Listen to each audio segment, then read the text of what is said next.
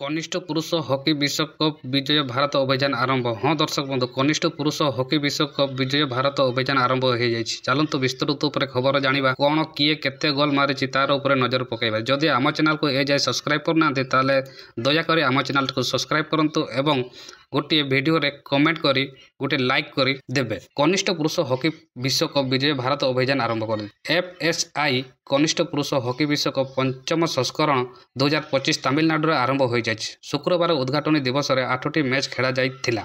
एथिरे आयोजक भारत सह Switzerland, Germany, Argentina, Ireland, New Zealand, Belgium, Spain विजय हो सारी।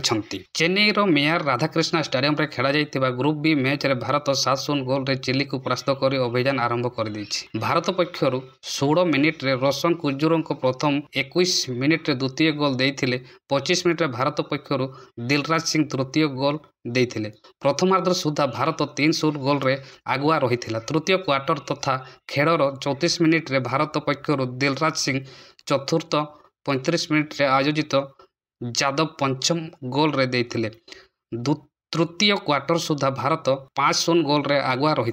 48 मिनिट रे भारत पक्षर अनमोल एक्का षष्ठ, 60 मिनिट रे रोहित समस्त गोल दे दल को 7-0 गोल रे विजय कराइथिले। एही विजय सह भारत 3 पॉइंट रे पाइछि। भारत द्वितीय मैच रे 29 तारिख दिन ओमान सह खेलिबो।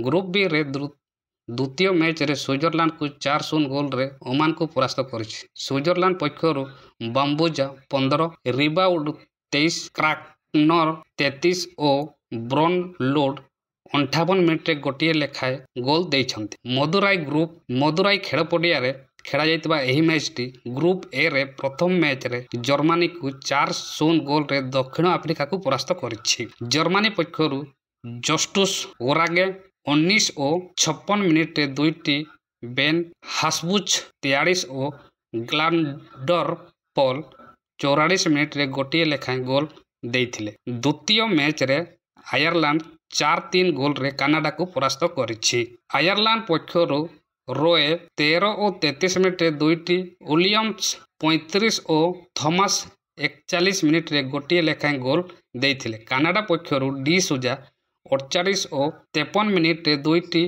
और बुलारो 26 मिनिट रे गोटे गोल देइथिले। तमिलनाडु, चेन्नई और मदुराई खेल पड़िया रे खेला जाइथिला एही मैच। एथिरे 24टी दल अंशग्रहण करिसंती। डिसेंबर 10 रे फाइनल खेला जिवो। ग्रुप सी मैच रे अर्जेंटीना 4-1 गोल रे जापान और न्यूजीलैंड को 5-3 गोल रे चेन्नई को परास्त करिछि। ग्रुप डी मैच रे स्पेन 8-0 गोल रे रेजिफिडो को और बेल्जियम को 12-1 गोल रे नाम्बिया को परास्त करिछि।